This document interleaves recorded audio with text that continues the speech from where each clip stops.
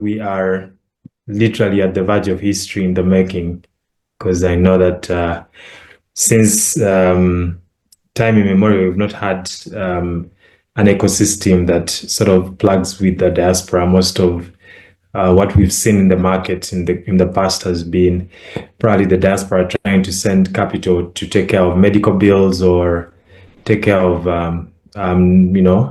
family. So to start having this conversation is a good thing. How did we manage to get startups angels to invest in us? So our experience has been one, we worked through a lot of relationships. So we leverage the relationships that we have within different ecosystems. It's also been a lot of accelerators that we've worked with, both for finance, but also to sharpen the business and sharpen the business model and the product as is. And then once you get to a certain scale, then now you start attracting investors because they're also looking to deploy capital. So that's really been our journey. I hope that helps, Joseph. Okay. I hope so. He was in chat, so if anything, he'll give us his feedback. You going back to government, how are the laws? Yeah, I wanted to hear what your thoughts are about the current legal framework as it is, and whether it is limiting, or whether you think there's anything that governments can do from a laws standpoint. Particularly because I've noticed like Nigeria has a whole dedicated startup act. Yeah. And taxation. And how the government is, are they even taxing you in your angel days, your startup mode? Yeah, so thanks, Robert. So the startup ecosystem only started taking notice, government started taking notice of it around 2023 into 2024. And the reason that happened was because of several startups that started getting the attention of government, right from Jumia to Safe Border to Nomida and a couple of others that have gotten in the market, and RideLink, of course. And the reason it became an issue was because there were so many jobs that were being created. There was disruption really of industries, reorganizing how borders move around, reorganizing how matatus or taxis move around. And so it caught the attention of government. The first thing that was set up, which again was driven a lot by startups, we got together as startups and said, can we enact a law on what we set up an institution called FITSPA, which is for financial law. So BOU, the central bank of the country, didn't know anything about how do you regulate startups which do not sort of have money in the bank but are taking people's money. And so they had to quickly do that because different startups were creating wallets and then different products on lending, different products on savings, blah blah blah. And so that law was enacted to support the framework, create a framework around how that is going to be put together. The other law now that is in the offing is on energy. Different startups, because of climate energy, now there is conversations around how do you sell, maybe produce, say solar power, and then you sell it to the grid. So there is a law that should be passed this year around that as well. There is conversations on mobility as well that have been happening, and government is now trying to put in place laws to support this. In terms of government relationships with startups and support so far given, under the Ministry of ICT, there was a specific ministry called Science and Technology that was set up to use startups as an engine for growth and also attract investment. And the flagship startup that has been used is Kira Motors. Most people would think it's a government company, but actually it's a startup, and it's received tons of funding, and there's been a lot of support towards it. Recently, just this year, there was RideLink and a couple of other companies came together to challenge and create and ask government to finance things, hardware products that would take long. So we know that we may not be able to produce chips maybe in the next 5 years and compete with our friends in Taiwan. But we can start by doing small things like silica, that's the really early versions of things before you get to that. So government thought it was good, and then they invested in a factory in Namamve, which is going to be used to build hardware products. So for us as RideLink, we rolled out a tool which is a tracking device, which is going to be produced locally and distributed among all our entire fleet, and even used among government cars, etc., etc. And so there is some sort of emergency of government trying now to take notice, seeing how startups are creating jobs and alternatives to contribute to the country's GDP. And we see that moving into 2025 and the years ahead, a lot of that is going to happen. And this cuts across Uganda, Kenya, and the rest of Africa. Things can be challenging. But can you hear me? Yes, we can hear you.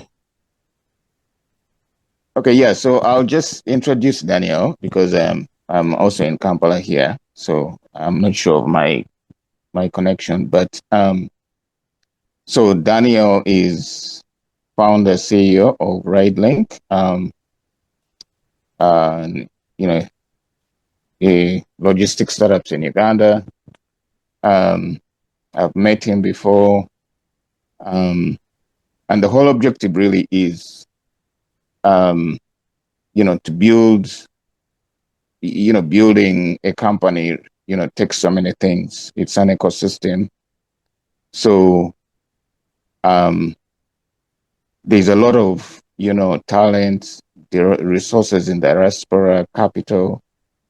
How do we build this ecosystem, with entrepreneurs in Uganda?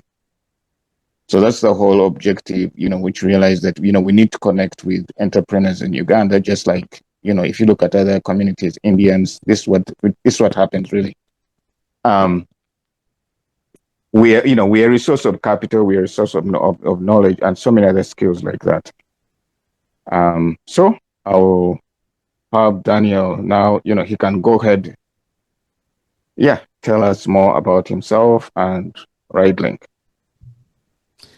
All right, thank you. Thank you, Godfrey, for making the arrangement. Daniel, the floor is yours. We are happy to have you here. Thank you for taking the time to join us. Please talk to us. Tell us about how did you manage to find yourself on the NASDAQ? Thank you so much, Robert. Thanks, Geoffrey. And pleasure to meet everyone on the call. Thanks for this opportunity.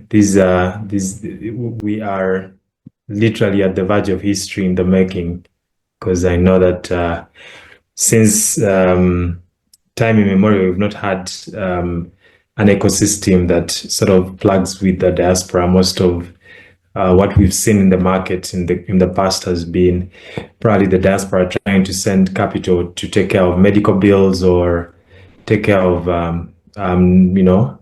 family. So to start having this conversation is a good thing. So thanks a lot, Robert, for putting this together. Thanks, Geoffrey, and the team behind. Once again, just to re-echo what the previous speakers have said, I'm Daniel Mukisa. I'm the CEO and co-founder at RideLink. I'll share my screen. So I put together a small presentation to make sure that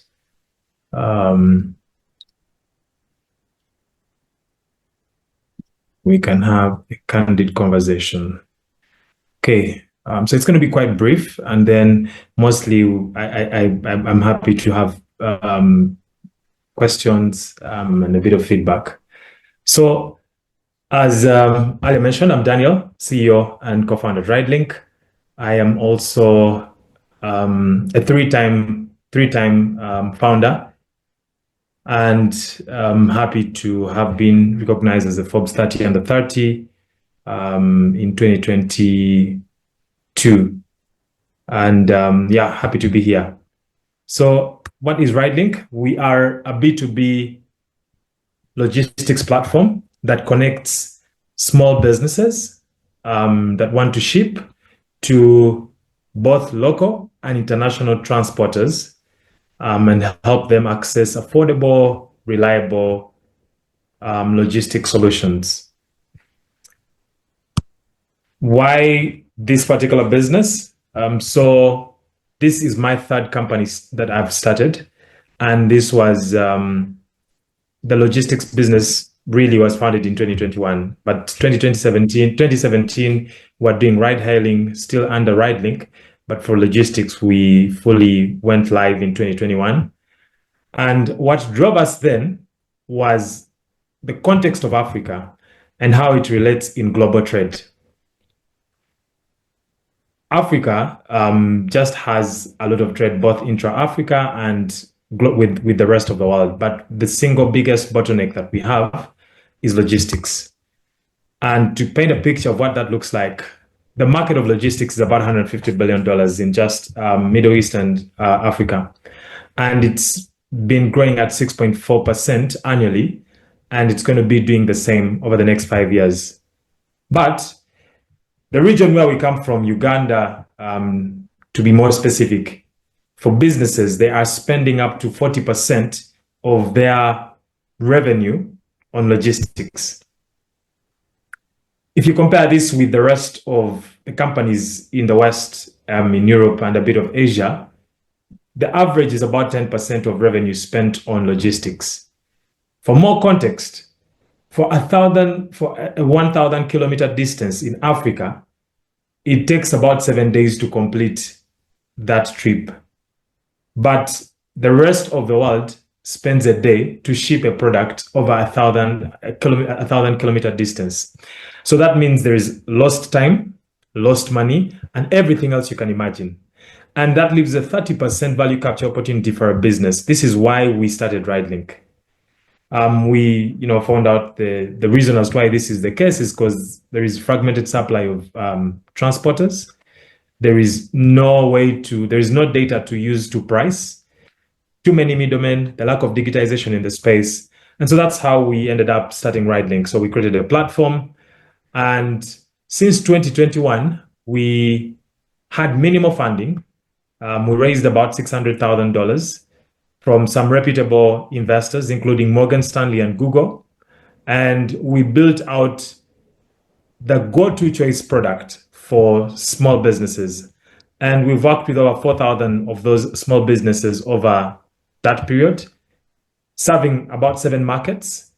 And what's important for us is the fact that through a simple mobile application, we've helped businesses save up to $7.5 million in transport.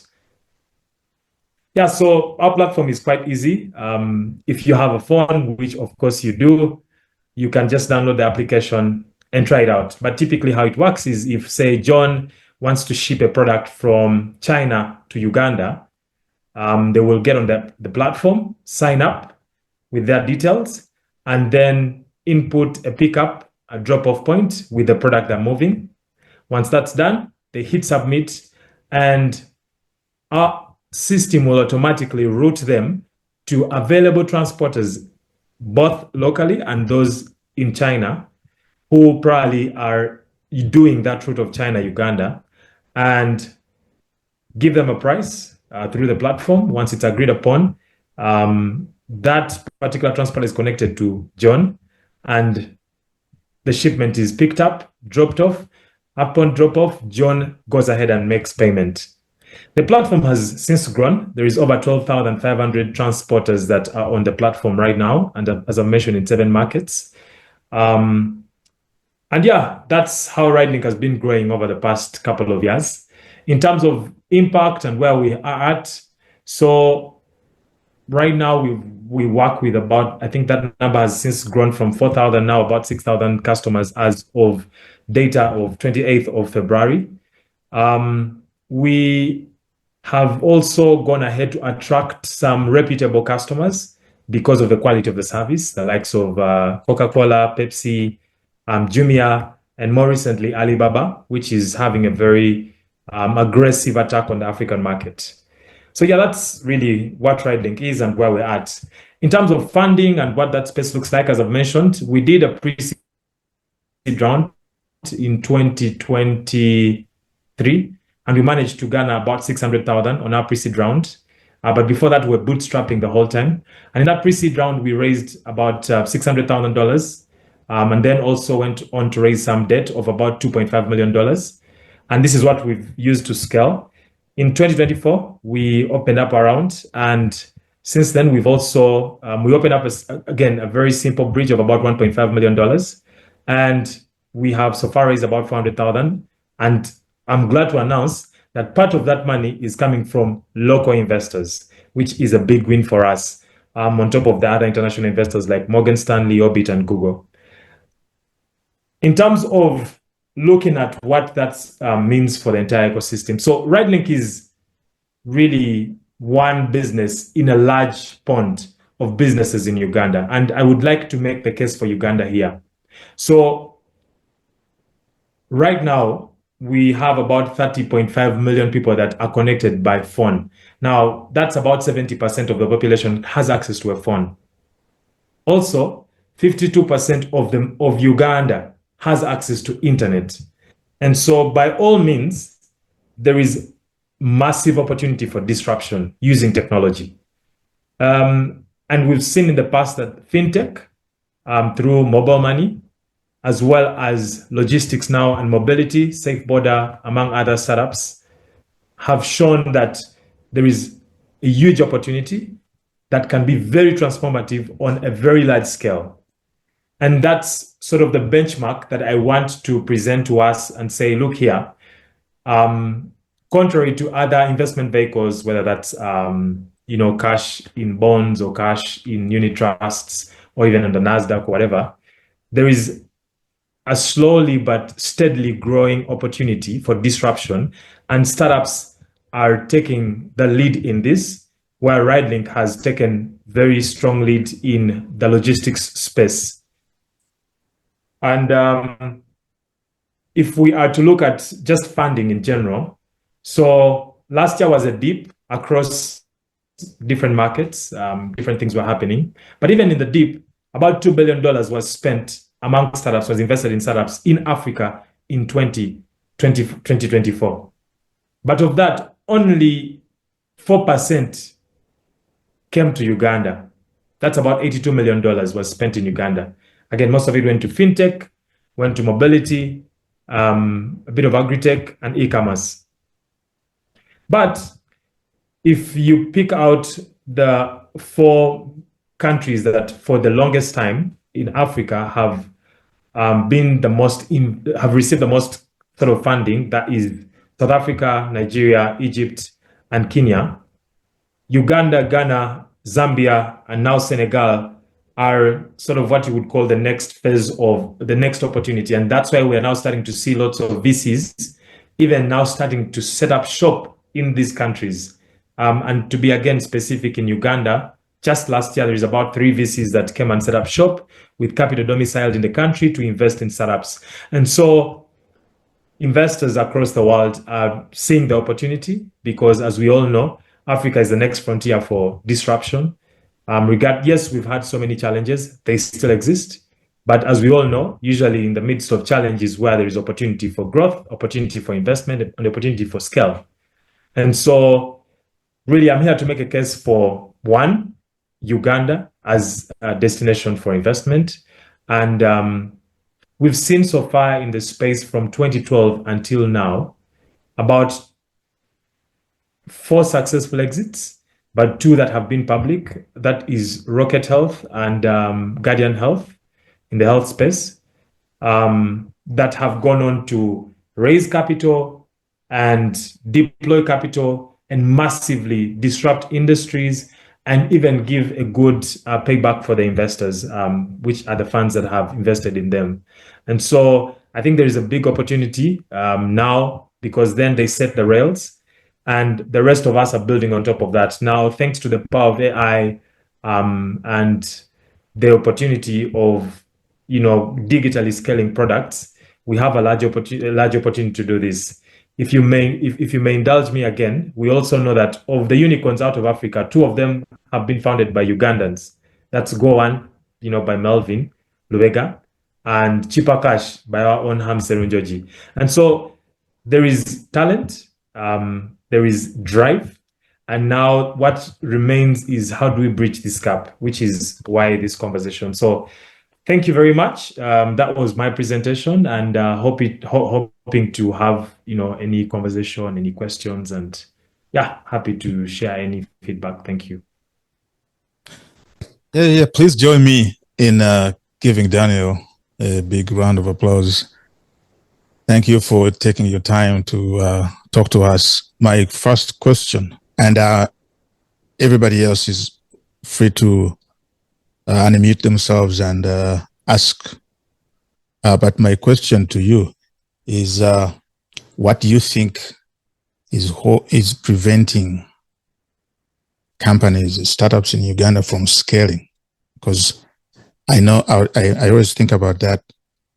I wonder what the solutions out there, but I want to hear your experience. What have you seen? What are the challenges preventing startups in Uganda from scaling? Thanks, Robert. What has been our experience is talent, both finding the right talent and finding ways to attract that talent has been a challenge. So businesses that would take 18 months to scale and start doing maybe 7 figures revenue cannot do that because of the talent that they have. So that's a big challenge in the market. Whether it's expensive, there is a couple of things that have that are starting to sort of come out where you can get, say, yourself who has tons of experience maybe working somewhere, and you can either invest in a startup and also provide support, or even working between having people say you have experience somewhere. Can there be a strategy where another company, maybe let's say government, can sort of subsidize the pay and have you come and work in a Ugandan startup, which cannot afford to pay you at that pay that you would want, but maybe it can be subsidized by either government or any other sort of development agency. So there's a couple of things that are trying to come up in the market, but talent has been a big challenge. 2, capital, of course. The access to affordable capital is still a challenge in the market. And then the third that I have seen in my experience has just been knowledge and the ability to know what to do, when to do so. There's few mentors in the market. The ones that exist maybe stay in another country and they don't have context of Uganda. So those have also happened to be some of the challenges. Those would be my top 3. Thanks. Great. Thank you. Thank you for that. Government. What about the laws? In terms of, I think some other countries like Nigeria, I think they have laws that are tailored specifically for startups.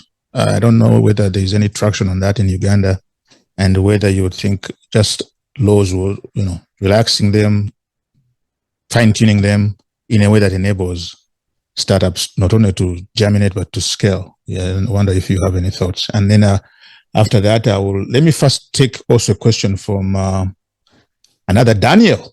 Daniel out there. Daniel, please ask Daniel your question. Thank you very much, my namesake, and congratulations for your presentation. Unfortunately, my video seems not to be working. Anyway, I am in Johannesburg, South Africa. I am the chairman of the Confederation of Ugandans in Southern Africa, and we are also promoting business in the diaspora. The question I want to ask is that in your experience, if you can profile the different products that you have been transporting, namely, I'll give you 3 categories: bulk minerals,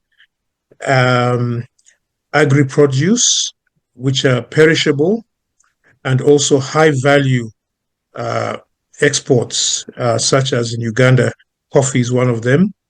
And then, of course, there are a lot of security implications, because that gives us some idea as to the scale and the capability of your system.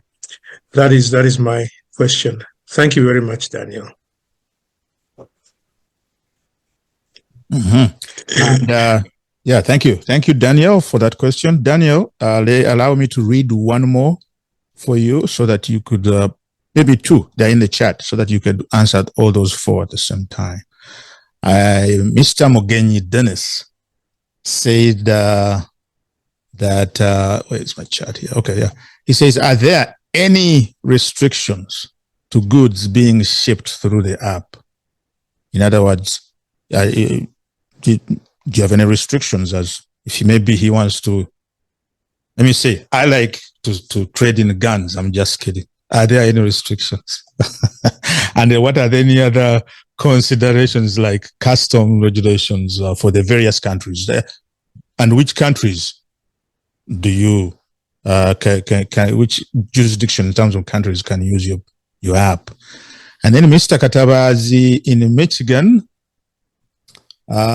is wondering, how did you manage to start up at the angel level? How did you get these angel investors? I think he might have a budding idea and he's only struggling to find some angel energy kick up. So if you could help him out with some tips, that would be great.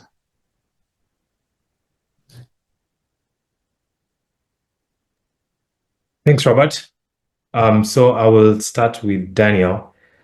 Daniel, was your question whether we transport these particular verticals of bulk minerals, agro-produce, and high-value exports? Yes, indeed. And if so, on what scale have you done that according to your track record? Okay, so our primary industries that we serve is one, agriculture, manufacturing, health, and e-commerce. Those are our primary industries that we serve. So more recently, we've entered the mineral space, especially gold trading between Uganda and the UAE. In terms of scale, so we've worked with small businesses, we've worked with relatively large enterprises, multinationals, and also projects with development agencies, government contracts. The largest contracts we've worked on about $120 million. So we've worked with all different sizes, and most of that is usually project cargo. I don't know if that sort of answers your question. Okay, I'm happy with that. Thank you, Daniel. Okay, I will follow it with the question of restrictions on the goods that we ship. So for most of the industries, there is licenses that guarantee. So for example, minerals, if you are a mineral exporter, you need to have maybe 3 licenses. A license maybe that allows you to export, a license that guarantees the quality of what it is you're exporting, blah, blah, blah. And so as a company that is working, streamlining the industry, those are very important. And usually you present that. So the restriction is really best, and there is processes in place to sort of handle those restrictions. But in terms of what can we ship, for now, that's our primary docket. But we also handle different industries like construction, among other industries. Which countries do we serve? So predominant markets have been UAE. So in Africa, right now, our operations are within Eastern Africa. That's Uganda, Kenya, Tanzania, Rwanda, Zambia is the other country that we added on, and the DRC as well as South Sudan. In terms of our partners are cut across there are over 47 countries around the world, so we can ship products out of. Currently on the app, our biggest trade partners has been UAE, China, Turkey, and a bit of the UK. Those are the primary countries that we've been shipping from, but we also ship out of the US and a couple of other countries. There was a question around angel investors. How did we manage to get startups angels to invest in us. So our experience has been so one, we worked through a lot of relationships. So we leverage the relationships that we have within different ecosystems. It's also been a lot of accelerators that we've worked with, both for finance, but also to sharpen the business and sharpen the business model and the product as is. And then once you get to a certain scale, then now you start attracting investors because they're also looking to deploy capital. So that's really been our journey. I hope that helps, Joseph. Okay. I hope so. He was in chat, so if anything, he'll give us his feedback. You going back to government, how are the laws? Yeah, I wanted to hear what your thoughts are about the current legal framework as it is, and whether it is limiting, or whether you think there's anything that governments can do from a laws standpoint. Particularly because I've noticed like Nigeria has a whole dedicated startup act. Yeah. And taxation. And how the government is are they even taxing you in your days, your startup mode? Yeah, so thanks, Robert. So the startup ecosystem only started taking notice, government started taking notice of it around 2023 into 2024. And the reason that happened was because of several startups that started getting the attention of government, right from Jumia to Safe Border to Nomida and a couple of others that have gotten in the market, and RideLink, of course. And the reason it became an issue was because there were so many jobs that were being created. There was disruption really of industries, reorganizing how border borders move around, reorganizing how matatus or taxis move around. And so it caught the attention of government. The first thing that was set up, which again was driven a lot by startups, we got together as startups and said, can we enact a law on what so we set up an institution called FITSPA, which is for financial law. So BOU, the central bank of the country, didn't know anything about how do you regulate startups which do not sort of have money in the bank but are taking people's money. And so they had to quickly do that because different startups were creating wallets and then different products on lending, different products on savings, blah blah blah. And so that law was enacted to support the framework, create a framework around how that is going to be put together. The other law now that is in the offing is on energy. Different startups, because of climate energy, now there's conversations around how do you sell, maybe produce, say solar power, and then you sell it to the grid. So there is a law that should be passed this year around that as well. There is conversations on mobility as well that have been happening, and government is now trying to put in place laws to support this. In terms of government relationships with startups and support so far given, under the Ministry of ICT, there was a specific ministry called Science and Technology that was set up to use startups as an engine for growth and also attract investment. And the flagship startup that has been used is Kira Motors. Most people would think it's a government company, but actually it's a startup, and it's received tons of funding, and there's been a lot of support towards it. Recently, just this year, there was RideLink and a couple of other companies came together to challenge and create and ask government to finance hardware products that would take long. So we know that we may not be able to produce chips maybe in the next 5 years and compete with our friends in Taiwan. But we can start by doing small things like silica, that's the really early versions of things before you get to that. So government thought it was good, and then they invested in a factory in Namamve, which is going to be used to build hardware products. So for us as RideLink, we rolled out a tool which is a tracking device which is going to be produced locally and distributed among all our entire fleet, and even used among government cars, etc., etc. And so there is some sort of emergency of government trying now to take notice, seeing how startups are creating jobs and alternatives to contribute to the country's GDP. And we see that moving into 2025 and the years ahead, a lot of that is going to happen. And this cuts across Uganda, Kenya, and the rest of Africa. Fantastic. And how we as a diaspora, specifically through this platform, as a UNAA Technology Forum, how can we be helpful in terms of talent? Because you said, I wonder what kind of talent you said there's challenges there in terms of talent. Is it training? We have universities. Is it curriculum? What seems to be the challenges there as you see them? Why is it that we don't have talent in Uganda, yet we have schools, an emphasis on technology lately?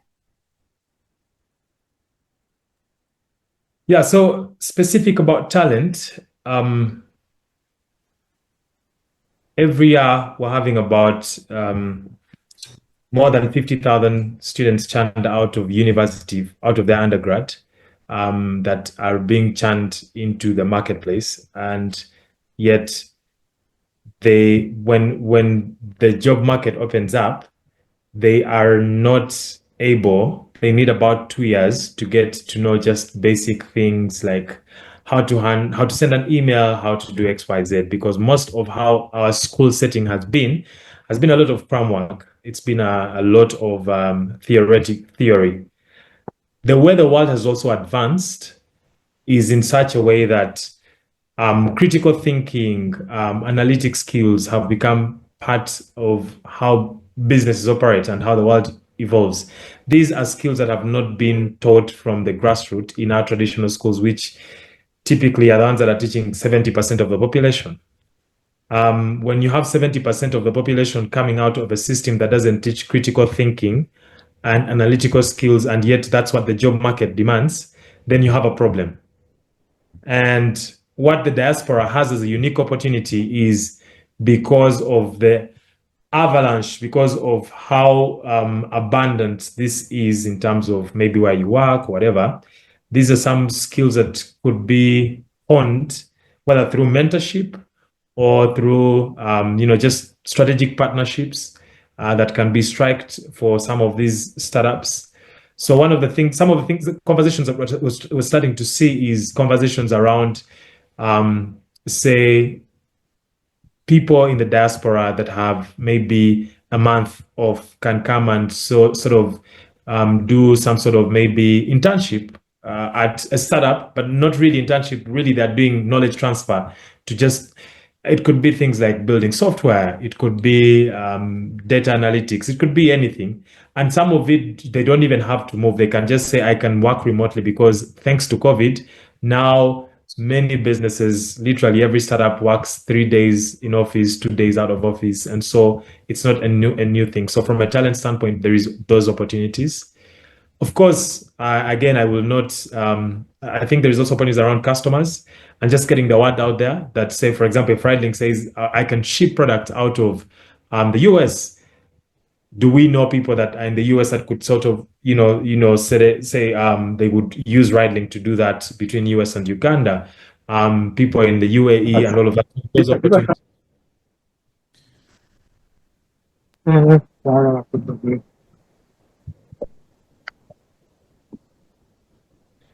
Yeah, so and then finally, it's the issue of finance. Again, I think there is massive opportunity with different startups that have done very well. They've gone past a certain stage, and now there is an opportunity to be invested in. And I think the diaspora, through SPVs, through different, either they invest directly in startups or through funds or through different vehicles, there is that opportunity as well. Great. And I'm going to be asking Mr. Mwanika to ask his question. I see he put his hand up, but there's a follow-up on there. A question related in the chat.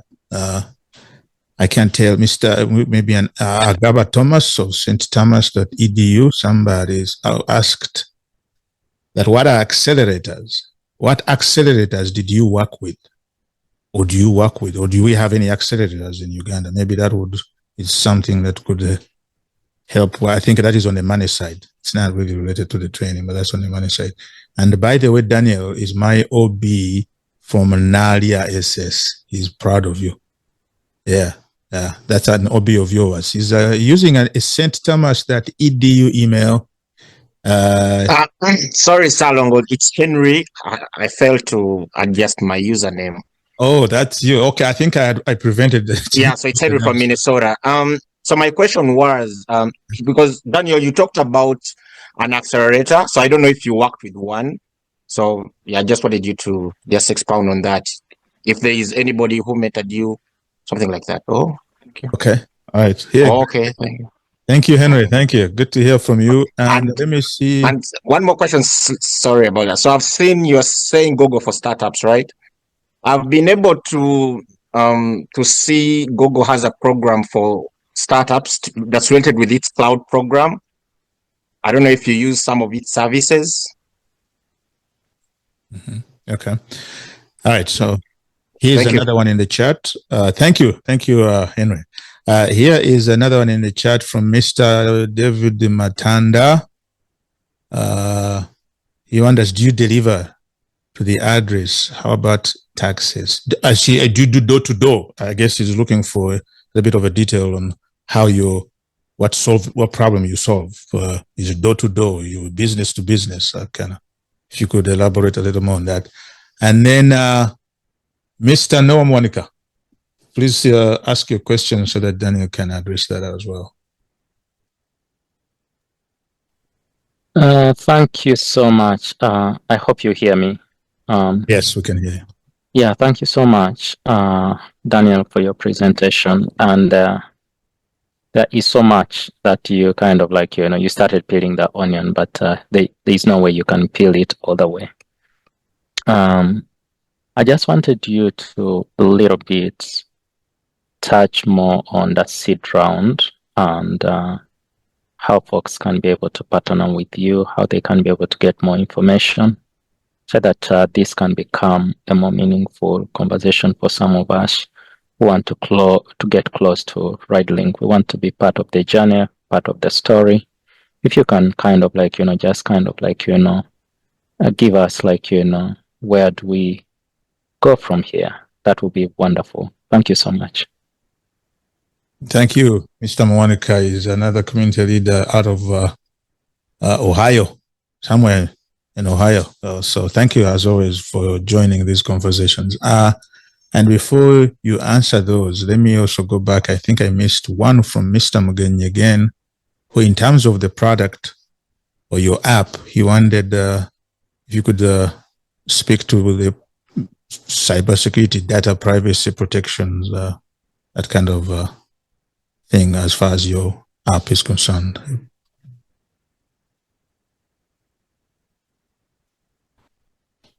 Thanks again, Robert. So quickly, yes, we do door-to-door in the countries that we serve. Do we use any Google products? Yes, we in fact use the G Suite for a lot of our documentation, even the data analytics. And when you're part of the accelerator programs, usually they give you these on credit or discounts. How do you sign up for the seed round? So Mr. Geoffrey is specifically, so what has happened is for this particular seed round, we decided that a certain percentage of the money will be coming from local investors, or typically investors that have roots within Africa or Uganda specific. And Geoffrey is put together an SPV under his own fund called Benue Capital, which is handling that. So to your question, he is going to share details, either his email address to be able to handle that. So Geoffrey, Robert, they'll be able to do that. They're the ones handling that. There was a question around cybersecurity. So yes, we have data. So we have policies that have been set up. And when you go on the app, you can notice there's policies around data protection for our customers. And we keep working on our cybersecurity. It's an issue that we know is very pertinent. Again, the more reason as why we're raising capital to be able to fine tune the different ends of the product. I think we're somewhere, but there is still work to do. Thank you. All right. Mr. Mutiaba says, are there any internet infrastructure related challenges to your business model? Because your tech company, is there any, I know you mentioned some numbers there as to how the penetration of internet usage, but he's wondering if there is any challenges that you could probably, maybe elaborate on. And the rest was up there, seed round to invest. I think that has been addressed. Yeah, I think so far. Thank you guys for the questions. Keep them coming. Please answer Mr. Mutiaba if there is any additional information that you can share as far as internet goes in Uganda today. Yeah, thanks. To be fair, 52% of Ugandans access the internet now, either on mobile or on web or any other format. That's a very significant number. That's about 22 million Ugandans. If you widen the scope across Africa, we are turning towards 40% of the continent having access to the internet. And now with initiatives from Starlink and a couple of other players, we are starting to see that. I mean, we all know by 2030, by 2045, 2040, almost a quarter of the world's population will be in Africa. And everyone is rushing to that gold mine to make sure that they are there before that blows up in their faces.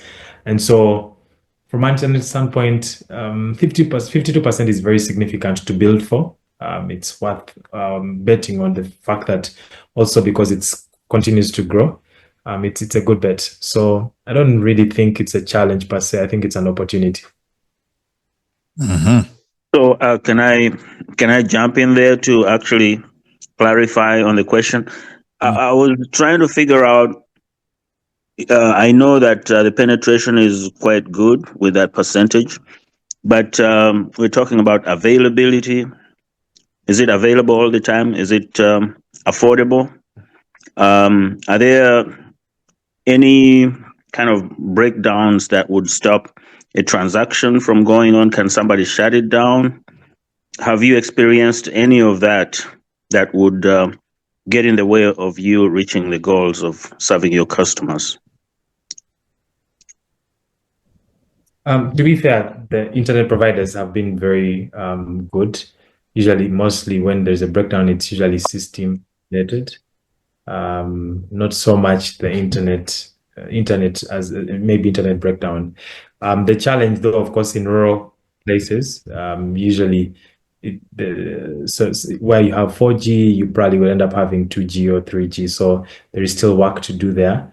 But as I've mentioned, I think the opportunity for growth is massive, and it's happening faster than we had anticipated.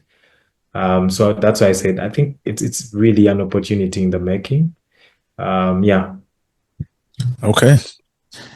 Fantastic. Thank you very much again. As we start to wind down, I like to keep, not to cut this off, but just to mention, we always want to keep them within an hour so that we don't tire up anybody and they look forward to the next one. So as we begin to wind down, I am wondering what keeps you motivated as an entrepreneur. And if you do go back in time, what would you do different?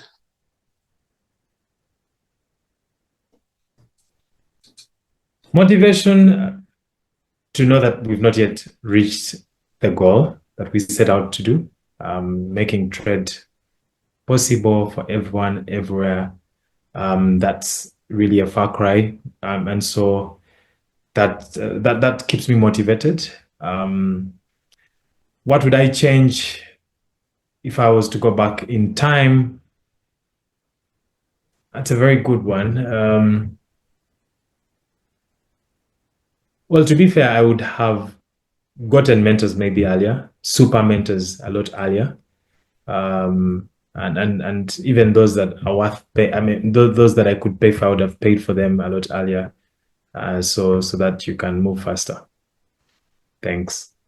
Okay. Yeah, mentorship. See, guys, we have opportunities here to. Salongo. Thank you very much for hosting this show, and actually, thank you very much, Dan, for providing the information. We really appreciate it. Now, this question may be, I don't want you to take it badly, but I'm asking that what would it cost you if you could not run this business if the internet or network wasn't available for, let's say, a week? What would that do to you? Now, this question, I know that internet has run out at some point, several times before, where the network wasn't available for, say, a week or 3 days. Would you still be able to run?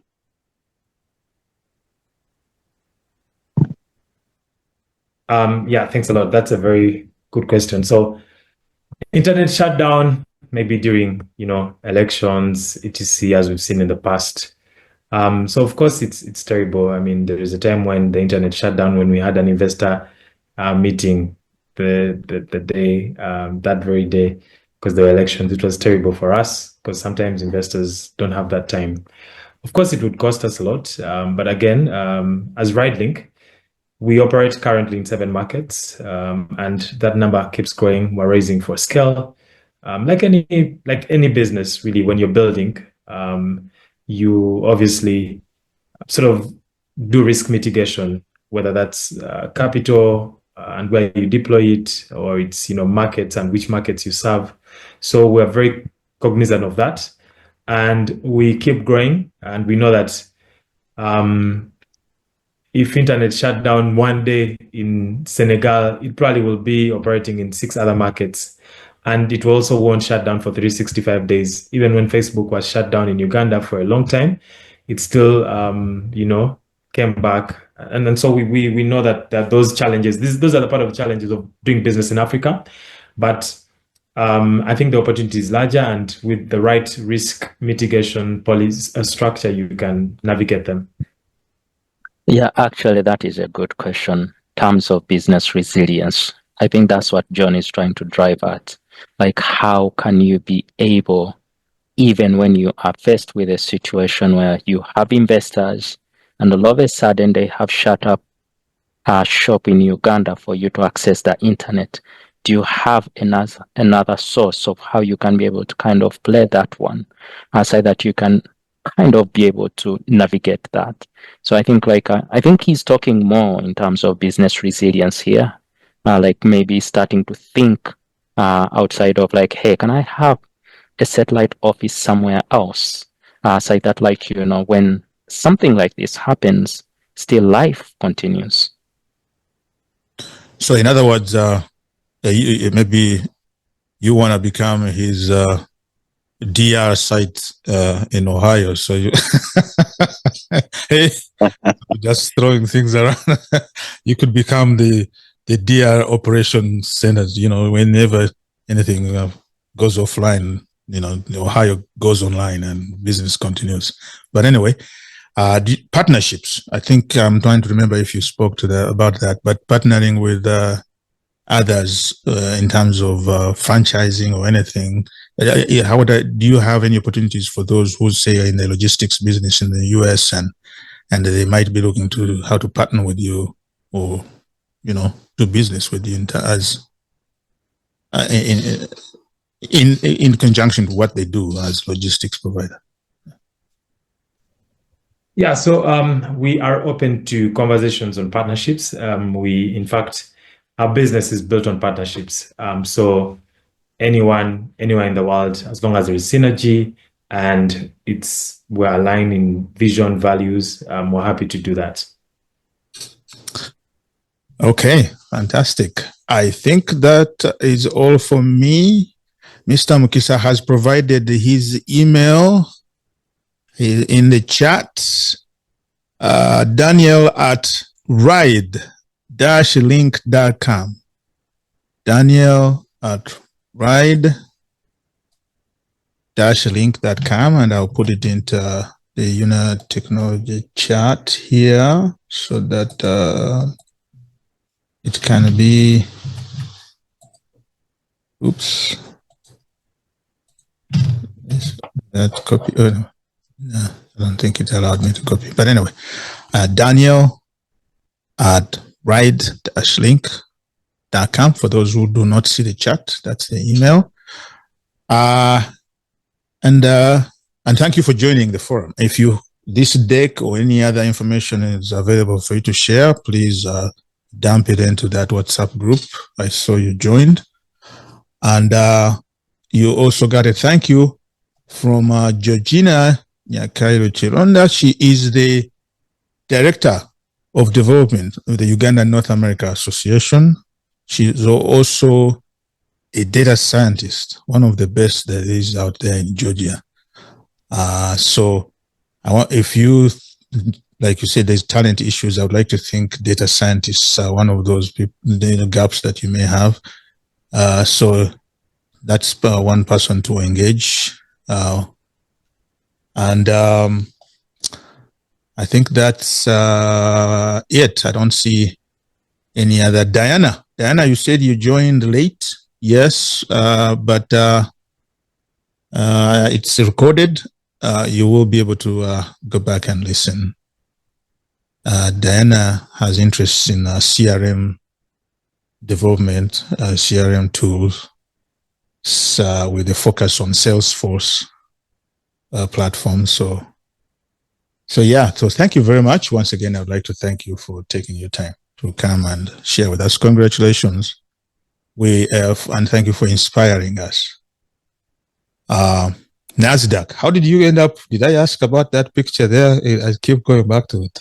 It's such a big thing in my mind for us to see you on NASDAQ. What was that all about? So I think NASDAQ had made the decision to invest in you, kind of, right? They made noise about it. They published it on their glass there. IPO, I guess.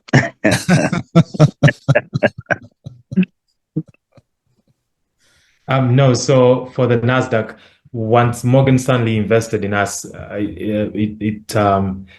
it went up as it was their first investment in Africa, in an African startup. And so they made a bit of noise about it. So yeah, that's how we ended up at the NASDAQ. Yeah. Clap. Yeah. Thank you for making Uganda proud. The first investment for Morgan Stanley in Africa. So yeah, now.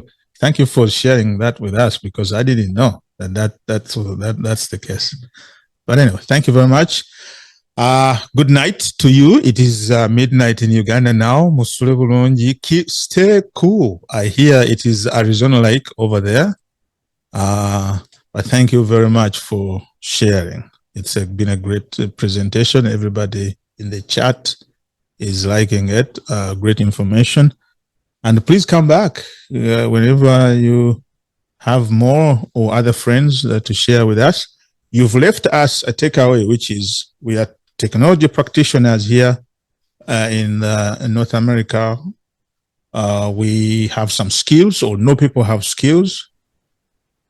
And so maybe you would, another opportunity, or maybe in the chat here, tell us a little bit more granularly where the gaps are. I'd like to think data science is one of those gaps, cybersecurity, even programming, even though artificial intelligence is now maybe making it easier, but whatever the talent gaps are, more information, so that those who think they can help plug that gap, either in terms of they volunteering their time physically, and when they go to Uganda, they are those short trips, or when they have time on Zoom, and how that works. I know there are organizations that are supporting startups, and I see them holding meetings here and there. So I guess we can always find out how we can collaborate as a group on this side, and how we link up with you guys on the ground there and how we can be supportive and productive.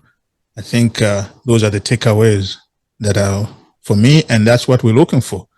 We would like to be the gap, this forum. Annually, we gather at the UNAA convention and we sit down and have conversations, but as a long-term objective, as Geoffrey alluded to, when we set out in this decade, we celebrated 10 years in Dallas last year, and we said let's try and cultivate this ecosystem, an ecosystem where we have so many players, academics, leaders, technology practitioners. Let us contribute towards the ecosystem, a diaspora ecosystem that ultimately plugs into the Ugandan ecosystem, and let us see what we can do. Let us contribute to solving some of the employment and other challenges on the ground.